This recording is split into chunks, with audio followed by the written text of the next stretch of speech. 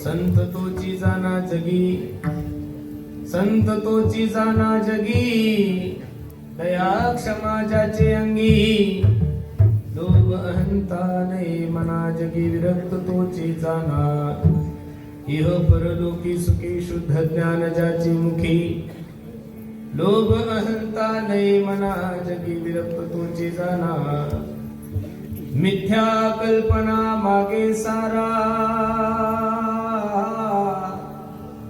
ताटी उघडा ज्ञानेश्वरा, लोभ अहंता नाही मना जगी, विरक्त तोची जाना. याचा थोडा स्वर कमी करेल.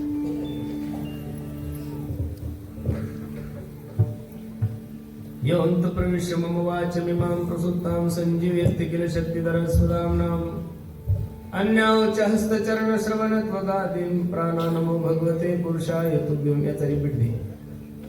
महायोगपीठे तटे भीमरथ्यां वरं पुण्डरीकाय धातु मुनीन्द्रैः समागत्य तिष्ठन्तमानन्दकन्दं परब्रह्मलिङ्गं भजे पाण्डुरङ्गं. पांडुरंगाकरू प्रथमवरतु से चरणासनिताचिया, त्यांच्या कृपादाने कथेचा विस्तारू बाबाजी सद्गुरु दास तुका. ओम नमो ज्ञानेश्वरा, करुणा करा दयाळा, तुमचा अनुग्रह लाधलो पावन झालो चराचरी, संपाद्य ज्ञानञ्च विदाय भक्तिं विलोकितो येन समाधिराजा वैराग्यवन्तं सुविचारयुक्तं नमामि जोगं शिरसा कुरुन्तं नमो सद्गुरु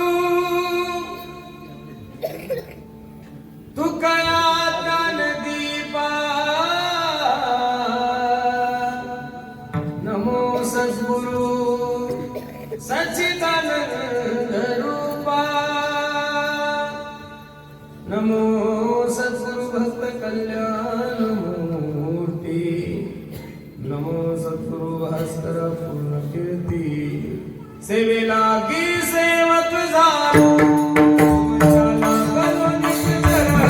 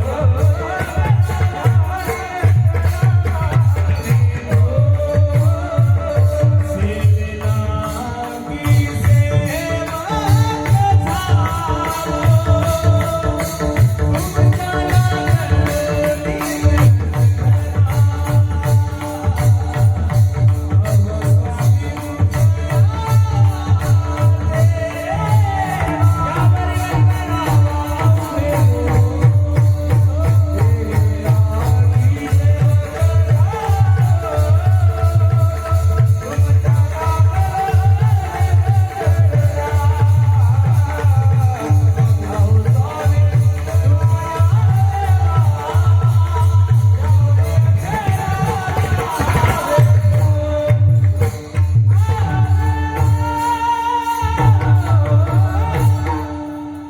देवा, आपल्या संस्थानला वेळात वेळ काढून या ठिकाणी आलेले वाशिमचे नवनिर्वाचित नगरसेवक काँग्रेस पक्षाचे गटनेते राजूभाऊ वानखेडे, संस्थापक अध्यक्ष शेतकरी संघटना वाशिम यांचं सुद्धा आपल्या संस्थांच्या वतीने स्वागत आहे. मध्ये आपण व्यत्यय केल्याबद्दल महाराजांना आपण माफी मागूया. रामकृष्ण.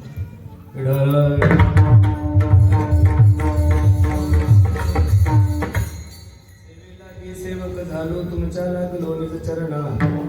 अहो स्वामी तुकया देवा यावरी न करावा अंभेरू. काय माझी वाणी मानेल संतासी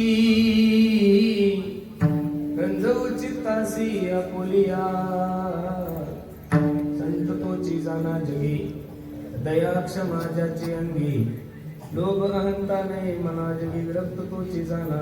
अखिल गुणनिधान करुणावरून आले रुक्मिणी प्राण संजीवन जगदाधार पंढरीश परमात्मा. ज्ञानी यांचे राजे साधकांचे मायबाप कैवल्य साम्राज्य तेजोनिधी अखंड समाधिगण असणारे अलंकापूर निवासी माझे ज्ञानोबा आहेत. जाळोनी संसार बैसलवांगणी ज्यांनी आपल्या संसाराची राख रांगोळ केली आणि परमार्थाचा कळस केला असे देहूचे सुप्रसिद्ध साधू श्रीमंत श्री तुकोबर आहे. शांतही आहे, श्रीमंतही आहे आणि संतही आहे. या तिन्ही पद महाराष्ट्रामध्ये त्या महात्माला अगदी गोड शोभून दिसत असे शांतीबाबू एकनाथ महाराज व ज्यांच्या कीर्तनामध्ये जगाच्या मालकानं नाचावाशी असणारे पंढरपूर शिवाजी बाबा नामदेव राय व तत्कालीन सर्व साधू संत मंडळीच्या असीम कृपेने चालत आलेली आपली ही वारकरी संप्रदायाची ज्ञानगंगा.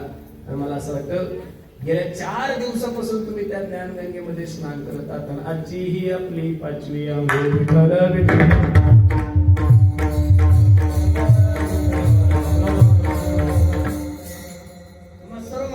सेवा करण्यासाठी निवडलेला अभंग विज्ञानी यांचे राजे साधकांचे मैबाप कैवल्य साम्राज्य तेजोनिधी अखंड समाधिगण असणारे अलंकापूर निवासी माझे ज्ञानेश्वरांची लाडकी बहीण मुक्ताई यांचा हा 4 चरणाचा अभंग असून ताटी या प्रसंगातील आहे. मी अभंगामध्ये माझ्या मुक्ताई संतांचे लक्षण ज्ञानोबरायला सांगत आहे. अभंगावर काही चिंतन करण्यापूर्वी अभंगाचा प्रतिपाद्य विषय तुम्हा सर्व मायबापासमोर ठेवण्यापूर्वी थोडासा परिहार द्यायचा. तो असा भव्य देवी स्वरूपाचा चालू असला हा अखंड हरिनाम सप्ताह तथा दुग्ध शर्करा योग म्हणजे श्रीमद भागवत कथा आणि निर्णय सोहळा.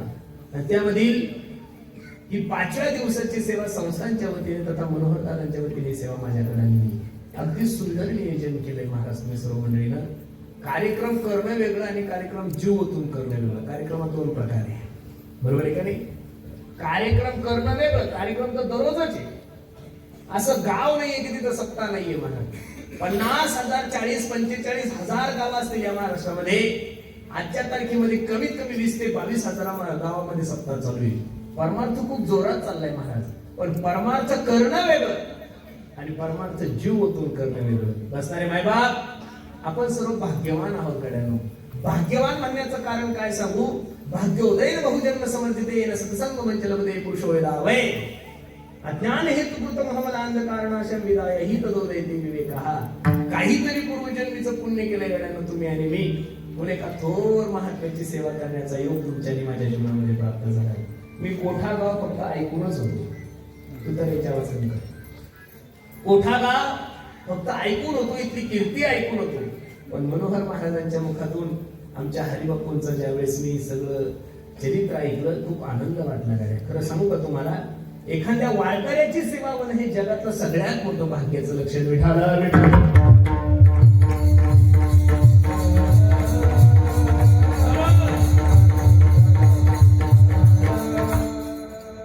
हरिबापूंच्या या 86व्या पुण्यतिथी निमित्त आपण सर्व मंडळी या ठिकाणी उपस्थित आहात. अगदी सुंदर नियोजन तुम्ही सर्व ग्रामस्थ मंडळी करताय. महाराष्ट्रात असा एकही दिग्गज कीर्तनकार नाहीये की तो या व्यासपीठावर घेऊन गेलेला नाहीये. महाराज तपस्वी आलाय, ज्ञानी आलाय, विनोदाचारी आलाय, व्याकरणाचार्य आलाय, न्यायाचार्य, सगळे संत या व्यासपीठावर येऊन गेले. कारण ज्या महात्म्याची पुण्यतिथी आहे तो साधारण मनुष्य नाहीये महाराज. पांडुरंगाने ज्या माणसाला साक्षात दर्शन द्यावं, अरे काय माहितीये का, जीवनामध्ये बाकीच्या लोकांची सेवा करणं म्हणजे गाढ वर्षात खाल्लं पापना पुण्य. मी रात्रीच कीर्तनात बोललो, एखाद्या पुढाऱ्याचं कीर्तन वाढदिवसाचं केलं काय पदरात पडणार आहे महाराज? काहीच पदरात पडत नाहीये. पण एखाद्या संत महात्म्याचा अभिषेक चिंतन सोहळा असेल, एखाद्या संत महात्म्याची पुण्यतिथी असेल आणि ती जर करण्याचा योग तुमच्या आणि माझ्या जीवनात प्राप्त होत असेल तर आपल्यासारखे भाग्यवान जगामध्ये कोण आहे? खरं सांगू, संतांचा उत्सव केला की देवाचा गदगद होतो महाराज. मी नेहमी सांगतो, एका हिंदी कवीचं गोड वाक्य सांगतो पहा. मैं संतन को दास, संत मेरे मुकुट मनी. मी साधूंचा दास आहे, मी संतांचा सेवक आहे आणि संतांचा उत्सव केला की देव माझा असा गदगद गदगद करतो. खरं सांगू, प्रमाण घ्या महाराजांचं. तुका मने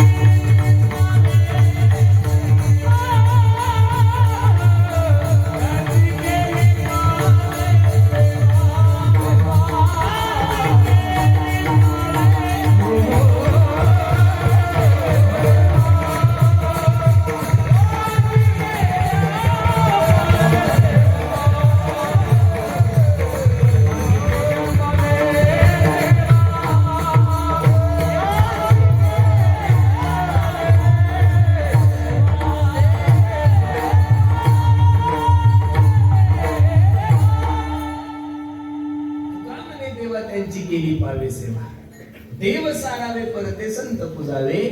अरे देवाची पूजा चालू असेल तुमच्या घरामध्ये, पांडुरंगाला अभिषेक चालू असेल आणि एखादा वारकरी, एखादा संत, एखादा महात्मा, एखादा भक्त जर तुमच्या दारात उभा असेल तर शास्त्र सांगतं देवाची पूजा बाजूला ठेवा, त्या संतांची पूजा करा. का देव सारावे पूजिते, संत पूजावे आवडे. आणि एका थोर महात्म्याचा योग, सेवा करण्याचा योग तुमच्या आणि माझ्या जीवनामध्ये प्राप्त झाला. बसणारी मंडळी, अगदी गोड अभंग मी तुम्हा सर्व मायबापांच्या सेवेसाठी घेतलाय. अभंग मुक्ताईचा आहे, 4 चरणाचा आहे. 5 वर्षाची मुक्ताई माझ्या ज्ञानदात्याला संतांचे लक्षणं सांगत आहेत. आमच्या संप्रदायामध्ये वयाला किंमत नाहीये महाराज.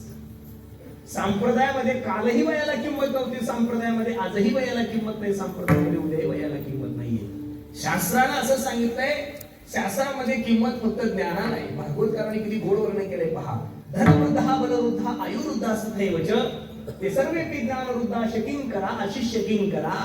कोणी धनाने मोठा असेल, कोणी पदाने मोठा असेल, कोणी वयाने मोठा असेल, पण शास्त्र फक्त त्याच व्यक्तीला किंमत देतो जो ज्ञानाने मोठा आहे. शौनक ऋषीच्या ब्रह्मसत्रामध्ये ज्यावेळेस सूचीचं आगमन झालं ना, तर त्या ब्रह्मसत्रामध्ये कोणी ऋषी 1000 वर्षाचा आहे, कोणी 10,000 वर्षाचा आहे. काही ऋषी तर एवढे महान होते की त्यांच्या समोर अनेक इंद्रचंद्र बदलले, पण सूतजीचं वय केवळ आणि केवळ 17-18 वर्षाचा युवा संत. सगळे ऋषी सूतजींना पाहून उभे राहिले. आगतम स्वागतम सुस्वागतम.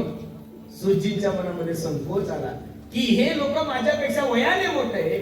काही ऋषी 1000 वर्षाचे, काही ऋषी 10,000 वर्षाचे, काही ऋषी समोर अनेक इंद्रचंद्र बदलले, आणि माझ्यासारख्या 16-17 वर्षाच्या लेकराला उभं राहून सगळेजण नमस्कार करतात. सूतजींना संकोच वाटला. त्यावेळेस शौनक ऋषीजी उत्तर दिलं ते ऐकण्यासारखं. सूतजी, आपण वयाने लहान असाल, पण अज्ञान धौत विध्वंस कोटी सूर्य समप्रभह सुद्धा काही कथा सार मम करणार रसायनम. तुम्ही वयाने जरी लहान असाल तरी पण अज्ञान अंधकार दूर करण्यामध्ये आपण कोट्यावधी सूर्य समान आहात.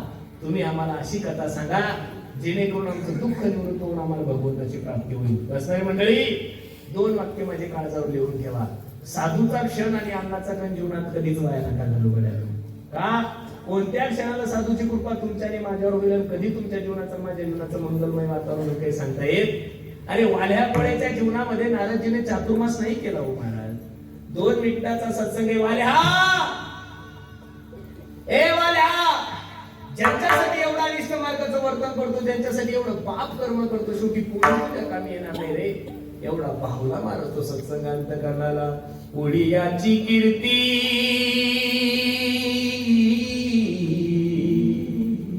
वाढली गहन, केले रामायण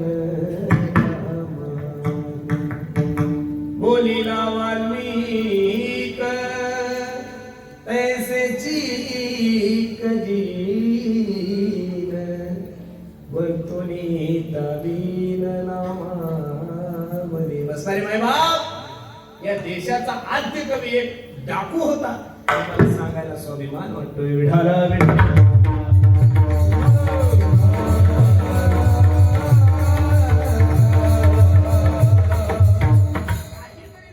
संतांचा क्षण वाया नाही घालायचं प्रमाण घ्या. अर्धा क्षण घडता संतांचे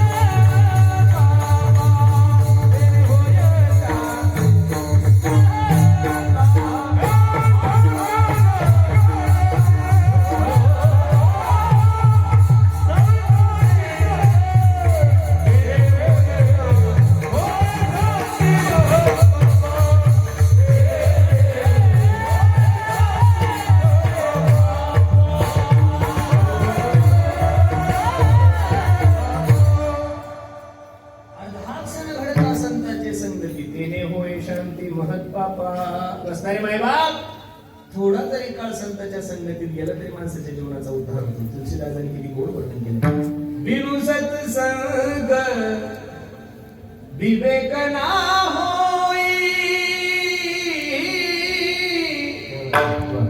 राम कृपा बिनु सुलभ सोई. अरे साधूच्या कृपेशिवाय माणसाच्या जीवनाचा उद्धार होणार नाहीये. म्हणून काय सांगू का, शास्त्रामध्ये वयाला किंमत नाहीये, शास्त्रामध्ये तुमच्या पैशाला किंमत नाही, शास्त्रामध्ये तुमच्या पदाला किंमत नाहीये, शास्त्रामध्ये फक्त आणि फक्त तुमच्या ज्ञानाला किंमत आहे. माफी मागून एक वाक्य बोलण्याचं धाडस करू. एखादा 90 वर्षाचा माणूस असेल तुमच्या गावामध्ये आणि त्याच्या गळ्यामध्ये जर पवित्र तुळशीची माळ नसेल, हे जेवढे विद्यार्थी माझ्या पाठीमागे उभे असतील ना महाराज, आणि ते 10 वर्षाचं लेकरू असू द्या, एखादा 8 वर्षाचं लेकरू असू द्या, किंवा आमच्या गणेश महाराजांची 4 वर्षाची छोटी कन्या असू द्या, तिच्या गळ्यातली पवित्र तुळशीची माळ पाहिल्यानंतर मी नारदाच्या गादीवर बोलतोय, त्या 90 वर्षाच्या म्हाताऱ्यापेक्षा ती 4 वर्षाची पोरगी मोठी. याचं कारण हे 90 वर्षाचं झाली, याला कसं काय खावं कसं वागावं याची अक्कल आली नाही, आणि ती 4 वर्षाची असून सुद्धा त्याला पवित्र गळ्यामध्ये तुळशीची माळ घातली.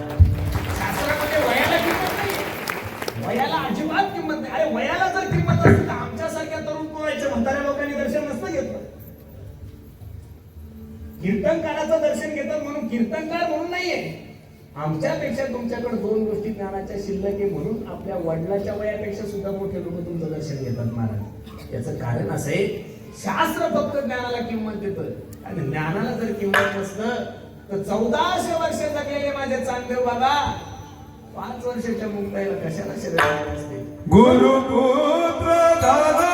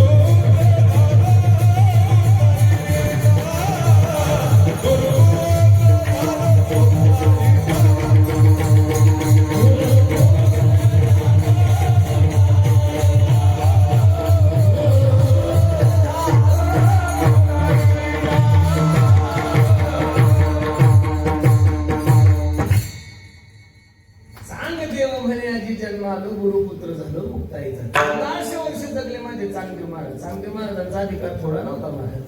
चांगदेव महाराज 6 महिने समाधीमध्ये बसायचे. समाधीतून बाहेर आले की त्या गावामध्ये जेवढे लोक मेलेले होते ना त्या लोकांकडे पाहिलं की सगळे लोक जसे झोपेतून उठतात तसे उठून घरी जायचे. ही कोणाची ताकद होती? चांगदेव महाराजांची होती. ज्या महात्म्याने 1400 वर्ष आपल्या मृत्यूवर विजय मिळवला योगी होते ते. पण 1400 वर्ष जगलेले चांगदेव महाराज. चांगदेव म्हणे आजी जन्म आरो गुरुपुत्र झालो मुक्ताईचा. 5 वर्षाची चिमुकली माझ्या ज्ञानदादाला उपदेश करत आहेत. बसणारे मंडळी, असा काय प्रसंग घडला असावा की ज्ञानोबरासारख्या एका ज्ञानी युक्तीला 5 वर्षाच्या मुक्ताईने उपदेश करावा. चला थोडं आपण ज्ञानोबराच्या चरित्राकडे जाऊ. महाराज, या महाराष्ट्राला लागलेले कलंक सांगतो, या महाराष्ट्राला लागलेली कीड सांगतो. तुम्हाला लक्ष देऊन घेता नाही. इथं जिवंतपणे आतापर्यंत कधीच कोणाचं महत्व नाही कळलं. तुम्ही किती चांगले कीर्तनकार आहात, तुम्ही किती चांगले समाजसेवक आहात, तुम्ही किती चांगले वादक आहात, तुम्ही किती चांगले परमार्थिक आहात, तुम्ही चांगले किती राजकारणी आहात, हे समाजाला कळण्यासाठी त्या माणसाला मरावं लागतं. लोक अंत या त्याच्या वेळी चर्चा करतात. दादा काय गोड माणूस होता हो, याच्या चांगला सारखा माणूस आमच्या कोठ्या गावामध्ये नव्हता. महाराज वारकऱ्याला मदत करायचा, गोरगरिबाला सहकार्य करायचा, एवढा चांगला माणूस देव कसा बरं घेऊन गेला हे ऐकण्यासाठी माणसाला मरावं लागतं हो शाली भाऊ. काय करावं लागतं? मरावं लागतं. जिवंतपणे आतापर्यंत या महाराष्ट्रात कधीच कोणाचा स्वीकार झालेला नाहीये गड्यानो. लोक तुमचा आणि माझा स्वीकार करत नाही यात नवलच नाहीये. अरे लोकांनी ज्ञानोपराधिक साधू संतांचा स्वीकार केला नाही तर आपल्यासारख्या लोकांनी काय अपेक्षा करायची महाराज? अरे 5 पतिव्रतामध्ये सर्वश्रेष्ठ पतिव्रता होती माझी सीताई साहेब. कर्तुम कर्तुम अन्यथा कर्तुम जगाचा मालक गतिर्भरता प्रभू साक्षी निवास शरणम सर्व प्रभो पहिल्या स्थानम निधानम बीज मव्यम्या बोलविल्या तू बोलविल्या चालविल्या सूर्य चाले. ही ज्या महात्म्याची सत्ता आहे तो जगाचा मालक प्रभू रामचंद्रजीचा नवरा होता. विदेही जनकजीचा बाप होता. दशरथासारखा प्रेमळजीचा सासरा होता. वैराग्यस्य परामूर्तीम लक्ष्मणासारखा वैराग्याचा महाविरोधीचा देर होता. भक्त शिरोमणी भरतजीचा देर होता. अशा सीताई साहेबाला जर समाजाने सोडलं नाही तर आपल्यासारख्या लोकांनी काही जास्त समाजाकडून अपेक्षा करायची नाही करायला. अरे चोरी न केल्यामुळे न चोरी सुद्धा करून माझ्या भगवंतावर चोरीचा आरोप करणारा हा समाज आहे महाराज. भगवंताने शमंतक नावाच्या माणसाची चोरी नव्हती केली तरी सुद्धा भगवंतावर चोरीचा आरोप आला. लोक कोणावर कोणत्या पद्धतीने कसा आणि कधी काय आरोप करतील ते सांगता येत नाहीये. म्हणून खरं सांगू का इथं माणसाला सिद्ध होण्यासाठी मरावं लागतं. या महाराष्ट्राचा सगळ्यात मोठा हा काय आहे? अपमान आहे. काय ज्ञानोबराय सारख्याच्या जीवनामध्ये असा प्रसंग आला असा? ज्ञानोबराय या वारकरी संप्रदायाचा पाया रचण्याच्या अगोदर या वारकरी संप्रदायाने 2 लोकांची हत्या केली महाराज. एक म्हणजे विठ्ठल पंत, दुसरं म्हणजे रुक्मिणी आई साहेब. उगाच हा वारकरी संप्रदाय उभा नाही झालेला. या वारकरी संप्रदायाची रचना होण्याच्या अगोदर, ज्ञानेश्वरी तुम्हाला आणि मला भेटण्याच्या अगोदर, चांगदेव 65 अमृत अनुभव हरिपाठासारखा एवढा गोड ग्रंथ तुमच्या आणि माझ्या पदरात पडण्याच्या अगोदर या वारकरी संप्रदायाने 2 लोकांची हत्या केली. ती म्हणजे विठ्ठल पंत आणि दुसरे म्हणजे रुक्मिणी आई साहेब. संन्यासी असताना परत गृहस्थ आश्रम स्वीकारला म्हणून पैठणच्या धर्म मार्तंडाने न्याय केला. देहांत प्रायश्चित्त ठीक आहे. आम्ही देहांत प्रायश्चित्त केल्यानंतर आमच्या मुलांची मुंज होईल. आम्ही देहांत प्रायश्चित्त केल्यानंतर हा समाज आमच्या मुलांचा स्वीकार करेल. ही धारणा विठ्ठल पंतांनी रुक्मिणी आई साहेबांनी मनात बाळगून लेकरांसाठी देहांत प्रायश्चित्त केलं. तरी सुद्धा या समाजाने माझ्या ज्ञानोबरायचा स्वीकार नाही केला गेला. अरे इंद्रायणीवर स्नानासाठी गेल्यानंतर लोकांनी सांगा ज्ञाना इंद्रायणीवर स्नान करू नको. इंद्रायणी वाटू काय? थोडा त्रास आहे का महाराजा? अरे ज्या ज्ञानोबरायच्या चरणामुळे इंद्रायणीला सुद्धा पवित्र पण आहे, ज्या इंद्रायणीला पवित्र पण माझ्या ज्ञानोबरायच्या समाधीमुळे आहे, ज्या ज्ञानोबरायच्या चरणामुळे माझी इंद्रायणी पवित्र होती, त्या ज्ञानोबरायने इंद्रायणीवर स्नान केल्यानंतर लोकांनी म्हणावं ज्ञाना इंद्रायणीवर स्नान करू नको, इंद्रायणी बाटल. आणि सिद्धेश्वराच्या मंदिरात सुद्धा माझ्या ज्ञानोबरायला येऊ देऊन याच्यापेक्षा काय महाराजातून अपमान सहन केला? मधुकरी तर लोकांनी दिलीच नाही हो. मधुकरीच्या झोळीमध्ये माती कालवण्याचं काम या लोकांनी केलंय महाराज. एक सांगू का तुम्हाला? थोडं लक्ष द्या फक्त कीर्तनाकडे. ज्या दिवशी आपल्या क्षेत्रातले लोक, आपल्या जवळचे लोक आपला विरोध करतील ना महाराज, त्या दिवशी मनुष्य खचून जातो. मंगेल दादा ज्ञानोबराय विचार करतात या लोकांसाठी आम्ही वैकुंठातून मृत्यू लोकात आलोय. आम्ही वैकुंठवासी आलो याची कारणाशी बोलिले जे ऋषी साच भावे म्हणताय. या समाजाच्या उद्धारासाठी आमचा जन्म आहे. या समाजाला अज्ञानातून ज्ञानाकडे नेण्यासाठी आमचा जन्म आहे. आणि या समाजाने आम्हाला इंद्रायणीवर स्नान केल्यानंतर इंद्रायणी बाटली म्हणावं. मधुकरी तर देऊच नाही पण मधुकरीच्या झोळीत माती कालवावं. आता लोक सांगतात ना आम्ही यांना वाईट टाकलं. वाईट टाकण्याची पद्धत आतापासून नाही, ज्ञानोबरायच्या काळापासून आहे महाराज. आळंदीपासून 1.5-2 किलोमीटर असणारं सिद्धबेट, त्या सिद्धबेटामध्ये संन्याशाची पोरं म्हणून यांना वाईट टाकलेलं होतं. मी तुम्हाला एवढंच सांगतोय, ज्या दिवशी आपले माणसं आपल्या विरोधात जातात त्यावेळेस मनुष्य खोचून जातो. अरे आपल्यासारख्या माणसाला राग येईल, आपल्यासारख्या माणसाला पश्चाताप होईल, यात काय नवले. साक्षात महाविष्णूचा अवतार असणारे माझे ज्ञानोबराय त्यांना सुद्धा टाकी लावावं लागली महाराज. का? समाजामुळं. ज्या दिवशी आपले माणसं आपल्या विरोधात जातील, मी नेहमी एक उदाहरण सांगतो. अरे एका गल्लीमध्ये 2 दुकानं होते. गाड्यावर लक्ष देऊन कीर्तन ऐका. एका गल्लीमध्ये 2 दुकानं होती. एक सोन्याचं दुकान होतं, दुसरं लोखंडाचं दुकान होतं. दुपारची जेवणाची सुट्टी झाल्यानंतर लोखंड आणि सोनं जेवायला लागलं. त्यावेळेस सोनं लोखंडाला सांगतं, ए लोखंडा, अबे माझाही मालक मला ठोकतो, तुझाही मालक तुला ठोकतो, पण माझा मालक ज्यावेळेस मला ठोकतो त्यावेळेस मी एवढ्या जोऱ्यानं आढळत नाही रे. तुझा मालक ज्यावेळेस तुला ठोकतो त्यावेळेस अख्खी गल्ली जागी करतो. अबे त्रास होतो ना बे आमच्या कानाला. त्यावेळेस लोखंडाच्या डोळ्याला धारा लागल्याने लोखंडाने सोन्याला काय उत्तर दिलं लक्ष देऊ नाही का? लोखंड सोन्याला सांगतो, सोन्या अरे तू भाग्यवान आहे रे, तू आहे सोनं आणि तुला ठोकणारा लोखंड आहे म्हणून तुझा आवाज कमी आहे. काय म्हणतो लोखंड सोन्याला? तू आहे सोनं आणि तुला ठोकणारा लोखंड आहे म्हणून तुझा आवाज कमी आहे. माझं नशीब एवढं खराब आहे सोन्या, मी आहे सुद्धा लोखंड आणि मला ठोकणार सुद्धा लोखंड आहे म्हणून मला त्रास जास्त होतो. एखाद्या नास्तिक माणसाने, एखाद्या दारुड्या माणसाने कीर्तनकाराचा विरोध केला, सहन करल तो. एखाद्या चुकीच्या माणसाने एखाद्या पकवाद्याचा विरोध केला, सहन करल तो. एखाद्या नास्तिक माणसाने, एखाद्या दारुड्या माणसाने, त्याला परमार्थाचं ज्ञान नाही, त्याने एखाद्या गायकाचा विरोध केला, सहन करल तो. अरे पण ज्या दिवशी परमार्थ करणारे माणसं परमार्थाचा विरोध करायला लागले, त्या दिवशी कसं जगायचं महाराज? ज्या दिवशी गायकच गायकाचा विरोध करायला लागला, वादकच वादकाचा विरोध करायला लागला, धर्म प्रचार करणारा माणूस धर्म प्रचार करणाऱ्या माणसाच्या विरोधात जायला लागला, त्या दिवशी मनुष्य धुकून जातो. अरे ज्ञानोबरायासारख्या माणसाला ताके लावायची इच्छा झाली, आपल्यासारख्या किरकोळ लोकांचं काय करून बसले? मांडे खाण्याची इच्छा झाली माझ्या मुक्ताईला. काय झाली मांडे खाण्याची इच्छा? ज्ञान दादा, आई आणि बाबा गेले तेव्हापासून मांडे खाल्ले नाही रे, मांडे खाण्याची इच्छा झाली. काळजी करू नको मुक्ताई, तू तयारी कर, मी मडकं घेऊन येतो. मडकं घेण्यासाठी आळंदीमध्ये गेले. विसोबा खेचराने विचारलं, काका मायबाप गेल्यापासून, आई बाबा गेल्यापासून कधीच मांडे खाल्ले नाही हो, मांडे खाण्याची इच्छा झाली, मडकं देता का? विसोबा खेचराने मडकं तर दिलंच नाही महाराज, पण ज्ञानोबराच्या छातीत लात मारली. कुठं मारली? छातीत लात मारली. जी मधुकरीची झोळी होती, त्या मधुकरीच्या झोळीमध्ये काय कालवली? माती कालवली. वाईट वाटलं. एवढा संघर्ष असतो का महाराज जीवनामध्ये?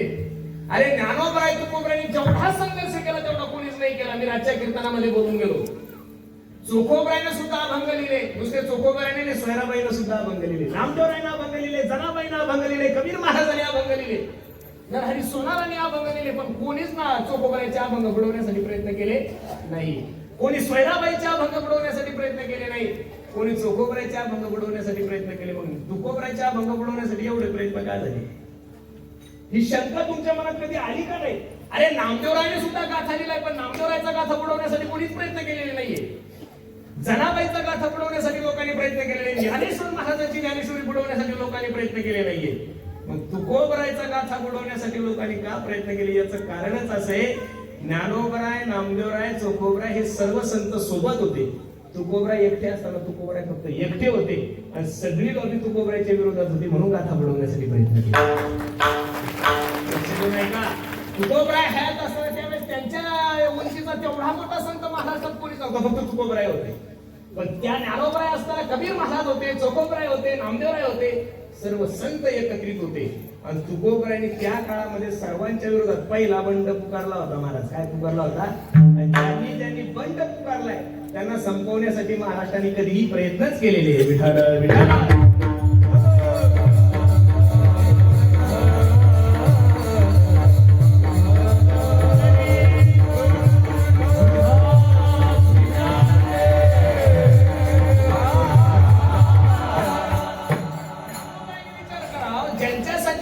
आई वडिलांनी देहांत प्रायश्चित्त घेतलंय तरी सुद्धा समाजाने स्वीकार करू नये. राग आला ज्ञानोबरायला. गडबडीनं सिद्धपेठात आले, ताटी लावली आणि ज्ञानोबरायला रडायला लागली. ताटीचा दरवाजा बंद करून घेतला. निवृत्तीनाथ दादाने समजून घातली, ज्ञाना ताटी उघड नाही उघडली. सोपान काकाने समजून घातली, नाही उघडली. शेवटी निवृत्तीनाथ दादाला माहित होतं ज्ञानोबरायने जर ऐकलं, ज्ञानदादाने जर ऐकलं तर फक्त 5 वर्षाची मुलीच ऐकतील. 5 वर्षाची चिमुकली माझ्या ज्ञानदादाकडे गेली आणि ज्ञानदादाची समजून दादा तुमचा आणि आपला जन्म या समाजाच्या उद्धारासाठी झालाय. छोट्या छोट्या गोष्टीतून तुम्ही जर ताटी लावली तर या समाजाचा उद्धार होईल कसा? 5 वर्षाच्या चिमुकली ज्ञानदादाला उपदेश केलाय, किती गोड आहे पहा. योगी पावन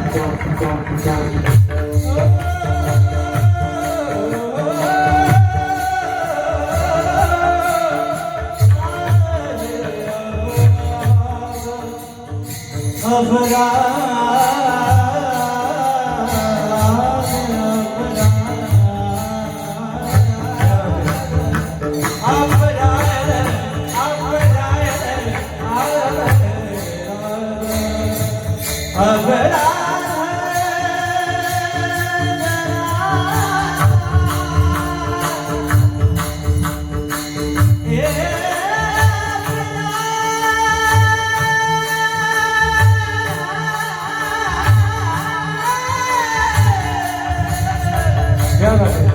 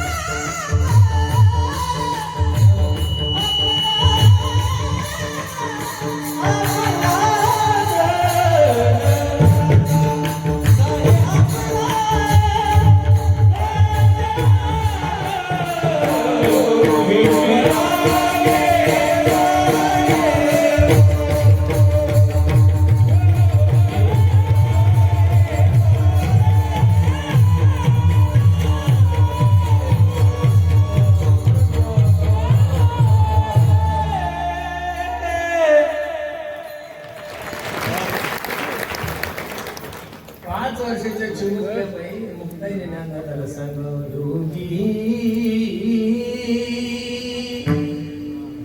पावन मनाचा सहे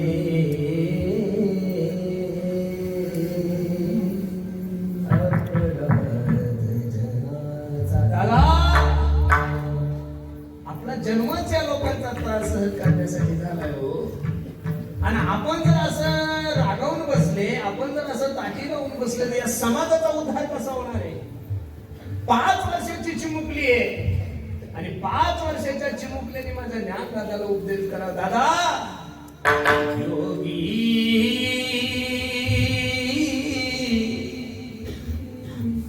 पावन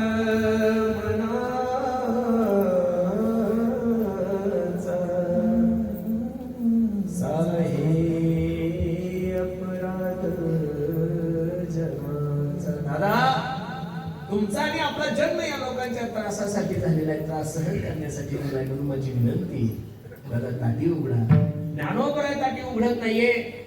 5 वर्षाच्या चिमुकल्या मुक्ताईने माझ्या ज्ञान दादाला जो उपदेश केलाय, संतांचे काही लक्षण माझ्या मुक्ताईने ज्ञान दादाला सांगितले. त्यामध्ये प्रामुख्यानं 2 लक्षण माझ्या मुक्ताईने अभंगाच्या पहिल्या चरणामध्ये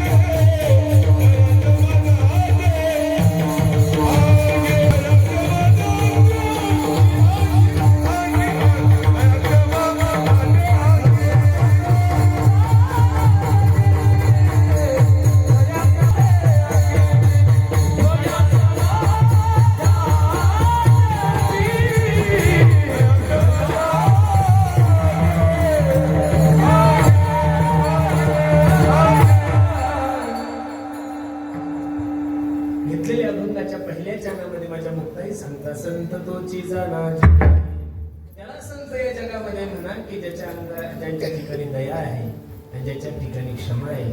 अरे विसोबा खेचराने लात मारल्यानंतर विसोबा खेचराकडे नुसतं बघितलं असतं तरी विसोबा खेचर नावाची व्यक्ती जरूर भस्म झाली असती.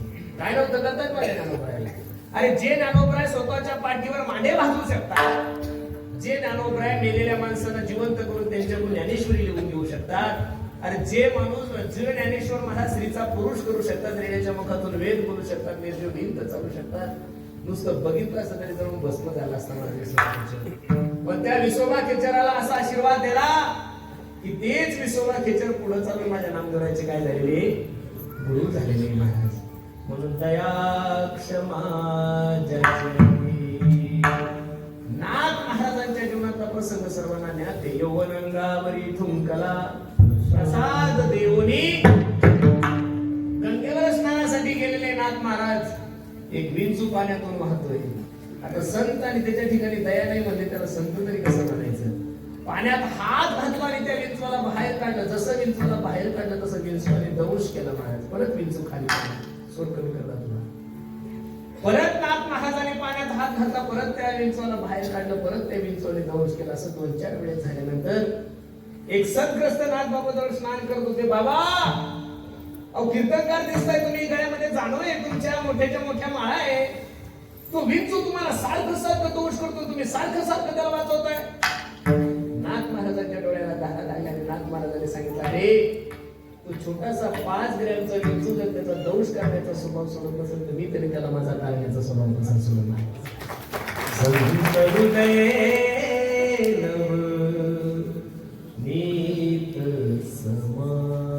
काय गोड प्रसंग भागवतात जायचा या भागवतात महाभारतात जाऊन परत भारतात येऊ. खूप सुंदर प्रसंग आहे.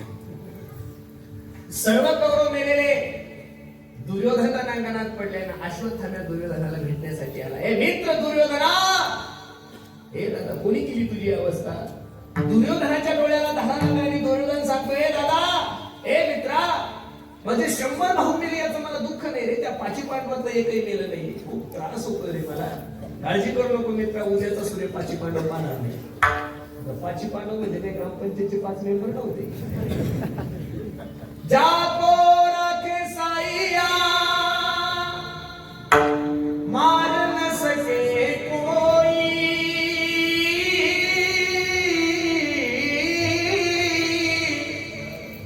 जाको राखे साईया मार न सके कोई, जो जग में हो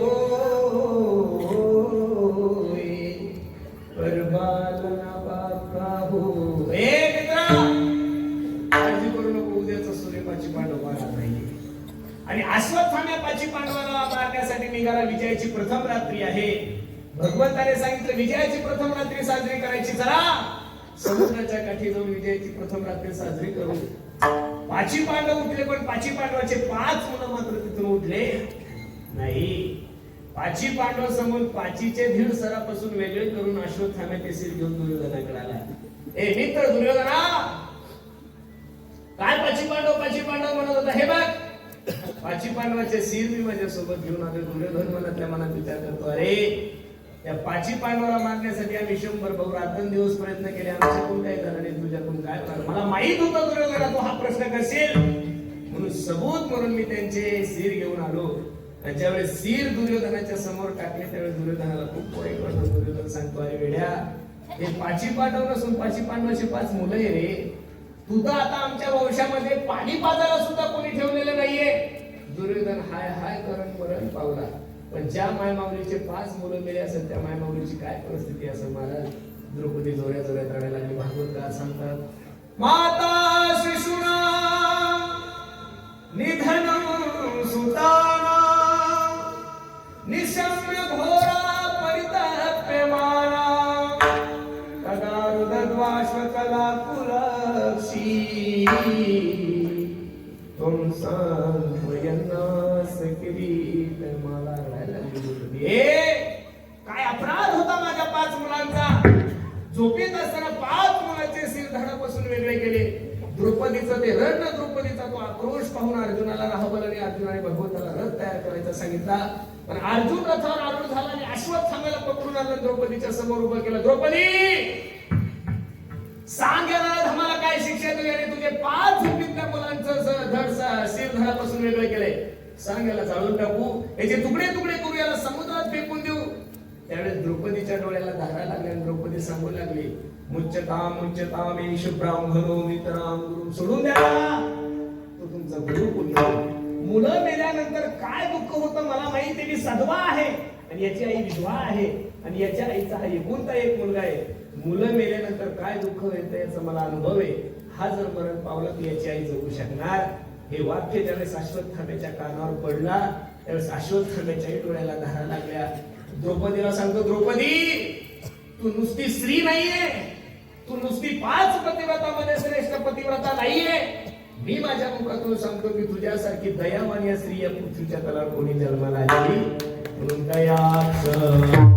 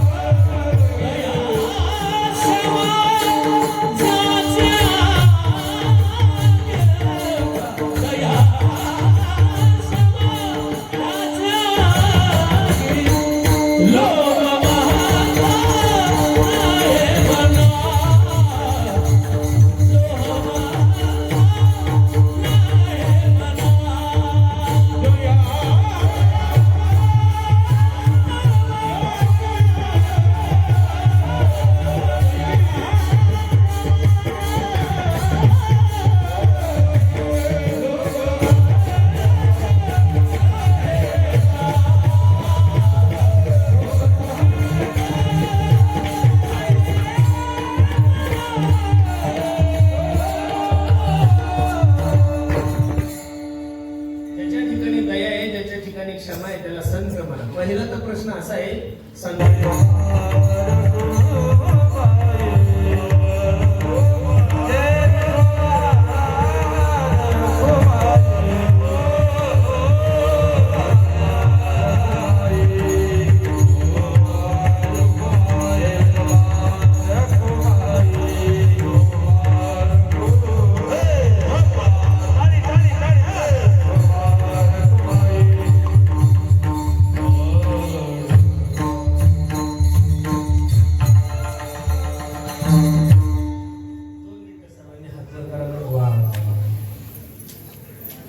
हरिबापूंच्या दरबारात आपण सर्व मंडळी आहोत. मला जरी दिसत नसलं तरी बापूंचं तुमच्या सगळ्यांकडे लक्ष आहे. बापू ज्या संतांवर प्रेम करत होतं 40 सेकंद माझ्या पाठीमागे करायचं.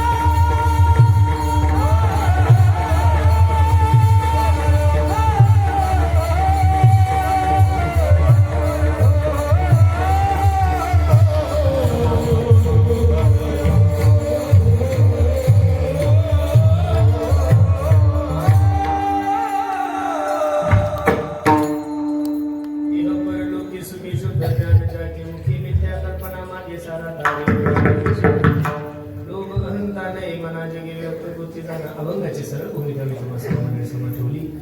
जेवढा वेळ तुम्ही मला दिला होता त्यापेक्षा मी 10 मिनिटं शिल्लक घेतली. त्याच्याने जास्त कुठंच ओव्हरटाईम करायला काही संतांची भूमी बरोबर आहे का नाही. मग त्यांनी सांगितलं होतं 8 ते 10 जसं गजानन महाराजांच्या तिथे वेळेला महत्व आहे तसं आपल्या कोठ्याला सुद्धा वेळेला महत्व आहे बरोबर आहे का नाही. तरी सुद्धा 10 मिनिटं मी वाढवून घेतली बरोबर आहे का नाही. कारण तुमचं सुंदर ते झालं सुरू झालं तर आम्ही नुसती खिचडी टाकली होती. तुका म्हणेला खिचडी झाली आवडे हे रोपाला खिचडी जेवायला सुरुवात झाला बरोबर आहे काय. तुका म्हणे आम्ही माघारी लढीवाडीला मी फेटा मागत होतो. पहा इतकं जीवन अवघड आहे हो. तरी लोक आमच्या पैशाचा विचार करतात. काही जीवन आहे का आमचं. आरस कच्ची खिचडी खाऊन आलो महाराज बरोबर आहे का नाही. थाली भर के लायो रे खिचडी. सुंदर खिचडी बनवली महाराज. कालच जेवून गेलो मी. काल माझं कीर्तन नव्हतं तरी पण जेवण इथं बोलवलं होतं आमच्या दादांच्या तिथं. त्यांची इच्छा होती आजही यावं आणि मला जेवायची इच्छा नव्हती. पण कस काय जाणू मी तर आरून भूक लागली. ते आई म्हणे काय करू म्हणलं एकदम सुंदर. थाली भर के लायो रे खिचडी ऊपर घी की बाटली जीव मारा सावधाना जी मामी बेटी जात कीजी मामी बेटी जात की. अगदी थोड्या वेळामध्ये या अभंगाचा विचार केला. ज्या महात्म्याच्या पुण्यतिथीनिमित्त आपण सर्व मंडळी उपस्थित आहोत त्या महात्म्याचा अधिकार तुम्हाला सर्वांना ज्ञात आहे. अरे पडता जड भारी नेमा नंदळे निर्धारी वैष्णव तो जया अवघी देवावरी माया. याच्यातलं तिसरं प्रमाणे तिच्या महात्म्यानं पंढरपूरच्या वारीला निघाल्यानंतर स्वतःचं लेकरू गेलं तरी पंढरपूरची वारी नाही सोडली. अशा महात्म्याची पुण्यतिथी तुम्हाला मला करायला मिळती. आपल्यासारखं भाग्यवान या जगात दुसरं कोणीच नाहीये. मग अगदी थोड्या वेळात ज्ञानोपर्यंत तुकारामची विचार तुमच्यासमोर सांगण्याचा प्रयत्न केला. मला आनंद वाटतो. या मंडपाचं जर निरीक्षण केलं तर 85% नाही 90% तरुणांची संख्या आहे महाराज. 90% तरुणांची संख्या. तरुणांना माझी विनंती आहे दारू गांजा मत पियारो अक्कल गुम हो जाती है. अपने पलों का दाम खर्च के मुझे बेटी आती. पुरानो जीवनामध्ये व्यसन नका करू. देशाविषयी धर्माविषयी स्वाभिमान बाळगा. कष्ट करा मेहनत करा. अगदी 5-10 किलोमीटरवरून तुमच्यापासून समृद्धी महामार्ग गेलाय रे. तुमच्या घरातून गेला असं म्हणलं तर काही वावगस होणार नाही महाराज. 2 तासात नागपूरला जाताय 3 तासात मुंबईला जाताय. एवढी सुंदर सरकारने दळणवळणाची व्यवस्था केली. पीक पाणी चांगले फळबाग लावा काहीतरी बगीचे लावा. नुसती सोयाबीन एक सोयाबीन सोयाबीन दोन्ही सोयाबीन सोयाबीन तीन सोयाबीन सोयाबीन चो सोयाबीन सोयाबीन सोडून दुसरं कोणीच नाही. पण लोक एवढे वेळे एखाद्यानं हळद लावली का कगाव हळद लावली. एखाद टमाटे लावले का कगाव टमाटे लावतात. एखाद्यानं द्राक्ष लावले का कगाव द्राक्ष लावतात. असं नका करू. अरे आज या पद्धतीनं लोक सोयाबीन लावायला लागले. बारामतीमध्ये आमची दिल्ली एका ठिकाणी मुक्कामी असते त्या माणसाने या पद्धतीनं सोयाबीन लावली. एका एकराला 30 क्विंटल सोयाबीन झाली महाराष्ट्राला. किती? एका क्विंटलाला 30 एकर सोयाबीन झाली. या पद्धतीनं 30. मला शेतीविषयी माहितीच नाही. एक गुंठा जमीन नाही आपल्याकडे. लोक म्हणतात तुमचं भागतं कसं. आपलं बरं आहे 8 लाख पेरलं की एका एकराला 30 क्विंटल सोयाबीन झाली. किती? लोक एआय पद्धतीनं तूर लावायला लागले. एआय पद्धतीनं हळद सुद्धा एआय पद्धतीनं लावायला लागले. तुमच्याकडे आहे का नाही काही माहित नाहीये. द्राक्ष सुद्धा एआय पद्धतीनं लावायला लागले. मी दररोज कीर्तनातून सांगतो. 2 महिन्यापूर्वी सांगली जिल्ह्यात एका ठिकाणी कीर्तनाला गेलो. एक सुभाष सातपुते म्हणून माझा मित्र आहे. त्याने एआय पद्धतीनं ऊस लावला म्हणजे दादा तर एका एकराला 100 टन ऊस होतोय. किती? त्याचं पहिल्या वर्षाचं टार्गेट एका एकराला 100 टन आहे. तो म्हणजे पुढच्या वर्षी महाराज एका एकराला 150 टन मी काय घेणार घेणार. मग लोक या पद्धतीने एवढे श्रीमंत व्हायला लागले. तुम्ही या पद्धतीने फक्त फोटोज बनवायला लागले. याचा फोटो त्याला जोड त्याचा फोटो याला जोड. नका करू गड्यांनो. पोरांना माझी विनंती आहे तिरुपतीला जाण्यापेक्षा उज्जैनला जाण्यापेक्षा राजस्थानला खपण्यापेक्षा गोव्याला जाण्यापेक्षा 10-5 गावातले तरुण एकत्रित येऊन क्रुझर गाडी करा. बारामती सारख्या ठिकाणी जा. तिथं 2 दिवस मुक्काम करा. तिथल्या शेतकऱ्यांशी संवाद साधा की 2 एकरामध्ये 25 लाखाचं उत्पन्न तुम्ही कसं घेता ते ज्ञान घेऊन या जीवनामध्ये मोठे वसन करायला. किती दिवस त्याच्या मागे फिरणार आहे. याच्या त्याच्या मागे फिरून आयुष्य बर्बाद करण्यापेक्षा स्वतःचं स्टेटस असं निर्माण करा की लोक तुमच्या मागे फिरले पाहिजे. म्हणून सर्वांना माझी विनंती आहे प्रत्येकाने देशाविषयी धर्माविषयी स्वाभिमान बाळगा, जीवनामध्ये व्यसन सर्वांनी एकत्रित राहा. प्रत्येकाला माझी विनंती, प्रत्येकाने आपल्या आई-वडिलांची सेवा करायला मी सांगतो. स्वामी तिन्ही जगाचा कमी करा आवाज. आई विना भिकारी, स्वामी तिन्ही जगाचा आई विना भिकारी. आई माझी मायेचा सागर, दिला तिने जीवनाला आकार. तळपत्या उन्हात आणि रखरखत्या रानात,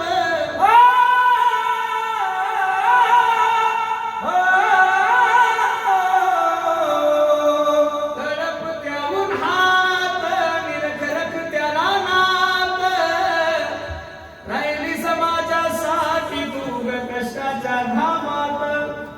कधी मिळेल मुठभर घास, कधी घडे तिला उपवास.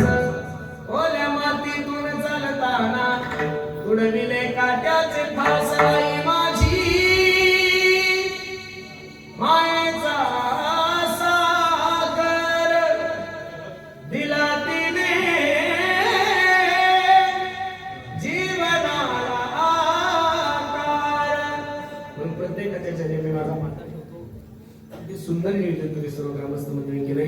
कार्यक्रमासाठी उपस्थित सर्वच गुरुजन महाराज मंडळी, त्यामध्ये प्रामुख्याने ज्यांनी गोड असा पक्वान वाजवला, आपल्या गावाचे भूमिपुत्र आमचे पांडुरंग दादा, दादासाठी सर्वांनी धन्यवाद. मंगेश दादा तसं दररोजच चांगला वाजवतो, पण आज थोडा विशेष चांगला वाजवला बरं. आपल्या भागाचा वैभव आमच्या मंगेश दादासाठी सर्वांनी टाळी वाजवली.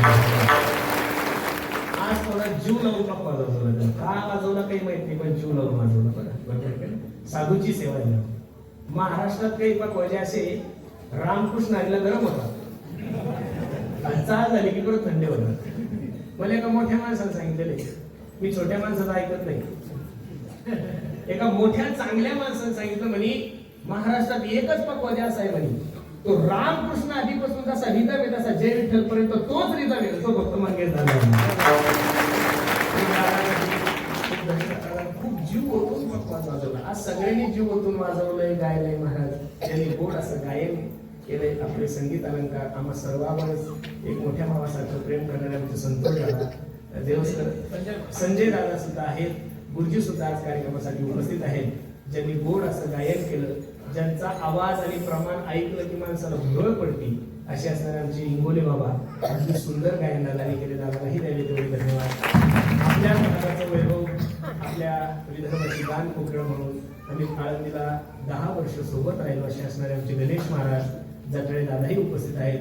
अभिनंदन. दादानं वाशिम जिल्ह्यामध्ये पहिली कीर्तनकारांना थाळ घेतली महाराज, बरोबर आहे. एकदा दादासाठी थाळी वाजवा सर्वांना. पुढे थाळ वापरावा असं काही नाही ना गणेश. आपण काही लोकांकडून थोडी घेतली, कष्टातून घेतली. लोक जोडू द्या, जोडून त्यांना मुळ्यात होईल, दुसरं काही जोडा. आपण लोन नाही घ्यायचं. भ्रष्टाचार करणारे लोक जर हेलिकॉप्टर मध्ये फिरत असत तर परमार्थ करणाऱ्या माणसं थारमध्ये का फिरून फिरलंच पाहिजे. पुढच्या वर्षी फॉर्च्युनर यायचं. गिरी तरी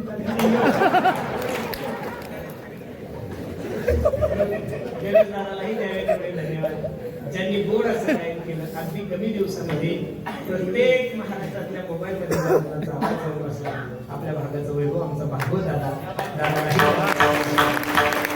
ज्यांनी हे सर्व नियोजन असं एकदम गोड केलं. सगळे गायक वादक सगळे जमवण्याचं काम ज्यांनी केलं, आपल्या गावाचे भूमिपुत्र, माझ्यावर बंधुवर प्रेम करणारं लाडकं व्यक्तिमत्व आमचे मनोहर दादा, दादांनाही द्यावे संस्थेचे सर्वच विद्यार्थी. खरं सांगू का, नारदाच्या गाडीवर सांगतो, मी ज्यावेळेस आलो, रूप पाहत आलो की ते चालू होतं, असं वाटत होतं की कीर्तन पंढरपूरला चालू आहे काय. एकदम सुंदर सर्व नेमात काळकरी बघा तुम्ही, टोपी धोतर वगैरे एकदम सर्व या सर्व छोट्या छोट्या संप्रदायाचा प्रचार करणाऱ्या सर्व नवीन विद्यार्थ्यांसाठी सर्व नेता टाळी वाजवा. एवढा हॉल असून सगळं असून सुद्धा इतकी सुंदर माईक सिस्टीम लावली आज. लखन भैया 100 पैकी 1000 मार्क तुला वाजवते. आम्हा सर्वच महाराज मंडळीवर अगदी बंधू भावासारखं लाडकं व्यक्तिमत्व आहे. कितीही कोणी बोललं तर बिचारा नाराज होत नाही, कधीच कोणाला उलटून बोलत नाही. कारण गायकावर कीर्तनकारावर महाराज मंडळीवर त्याचं खूप प्रेम आहे. म्हणून आमच्या लखनदादालाही द्यावे तेवढे धन्यवाद. सर्वांचे धन्यवाद झाले. पण ज्यांनी आज यजमान पद घेतले हे सगळ्यात महत्वाचं आहे. बाकी सगळं मिथ्ये आहे, सत्य आहे. ज्यांनी गोड असं आजचं हे कीर्तनाचं यजमान पद घेतलं आमचे आशिष शालिग्राम अवचार बाबूनगर कोठा PSI साहेबही कार्यक्रमासाठी उपस्थित आहे. साहेबांसाठी सुद्धा सर्वांनी ज्यांनी आजचं हे परत त्यांच्या जोडीला जे आमचे यजमान पद आहेत आमचे गोपाळ शेठ सुभाषचंद्र तुळशीवाल यांनी सुद्धा ही यजमान पद ह्या दोघांसाठी सुद्धा एकदा प्रेमानं सर्वांनी आज आवर्जून कार्यक्रमासाठी उपस्थित आम्ही जेवढे काही महाराज मंडळी आहे त्या महाराज मंडळीला 12ही महिने कोणती जरी अडचण आली तर नेहमी त्यांच्या दुःखामध्ये सहभागी होणारे एक लाडकं व्यक्तिमत्व आमचे शालिक भाऊ कार्यक्रमासाठी उपस्थिती. दादा या व्यक्तीचा चेहरा पाहून घ्या. सगळ्यांनी पहा महाराज मंडळींना. महाराष्ट्रात कोणताही कीर्तनकार असू द्या त्याने सांगितलं भाऊ आम्हाला पंगत पाहिजे आणि हा माणूस कधी नाही म्हणला मला असं काही आठवत नाही. खूप चांगलं व्यक्तिमत्व आहे. तिथं जवळ गाव आहे पण मुंबई सारख्या ठिकाणी जाऊन सुंदर असं विश्व तयार केलं आणि जेवढं काही त्यांचं वैभव आहे त्या वैभवातून कमीत कमी 30 ते 40% तो अन्नदानासाठी खर्च करतात. आमच्या शालिक भाऊंना सुद्धा द्यावी करून द्यावी. सर्वच मंडळी आहे. पुन्हा एकदा सर्वांच्या चरणी मी माझा माता ठेवतो. आमचे रामेश्वर महाराज कालचे माऊली महाराज ते माऊली महाराज तू कुठे ती गेली बरोबर आहे का नाही. म्हणून सर्वांच्या चरणी मी माझा माता ठेवतो. जाता जाता एक सर्वांना छोटीशी विनंती करतो. आम्ही ज्या परिसरामध्ये राहतो त्या परिसरामध्ये एक छोटीशी गोशाळा सांभाळतो. तुम्हाला सगळे पैसे वगैरे मागता का अजिबात असं काही मनात पाप नका आणू. पण त्या गाईची सेवा करण्यासाठी एक छोटासा उपक्रम आम्ही हाती घेतलाय. सुंदर असं त्या गाईच्या चमकून वारकरी अगरबत्ती तयार करतो. समोर क्रीटा गाडी उभी आहे. प्रत्येकाने घरी जाताना एक अगरबत्तीचा पुडा घेऊन जा. त्याच्यातून जो पैसा येईल तो गोमातेच्या चाऱ्यासाठी आणि पाण्यासाठी जाईल. त्यातला एकही रुपया माझ्या कुटुंबासाठी जाणार नाही याची शाश्वती मी हरिभक्तांच्या दरबारातून देतो. ज्ञानेश्वर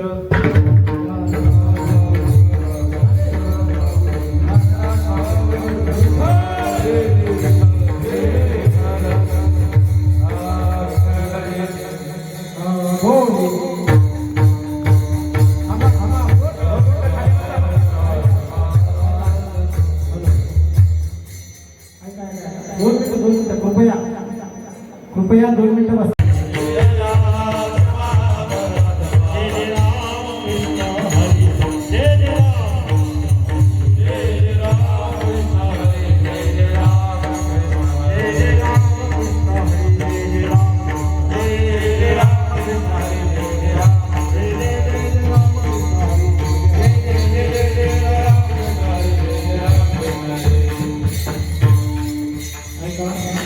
आपल्या सप्ताहातील आज 5वा दिवस आणि 5व्या दिवसाची कीर्तनरूपी सेवा महाराष्ट्रातील एक नामवंत कीर्तनकार हरिभक्तपरायण पुरुषोत्तम महाराज पाटील यांनी अतिशय सुंदर या ठिकाणी सेवा केली. सर्वांच्या वतीने त्यांना धन्यवाद. तसेच आजचे सौजन्यदाते श्री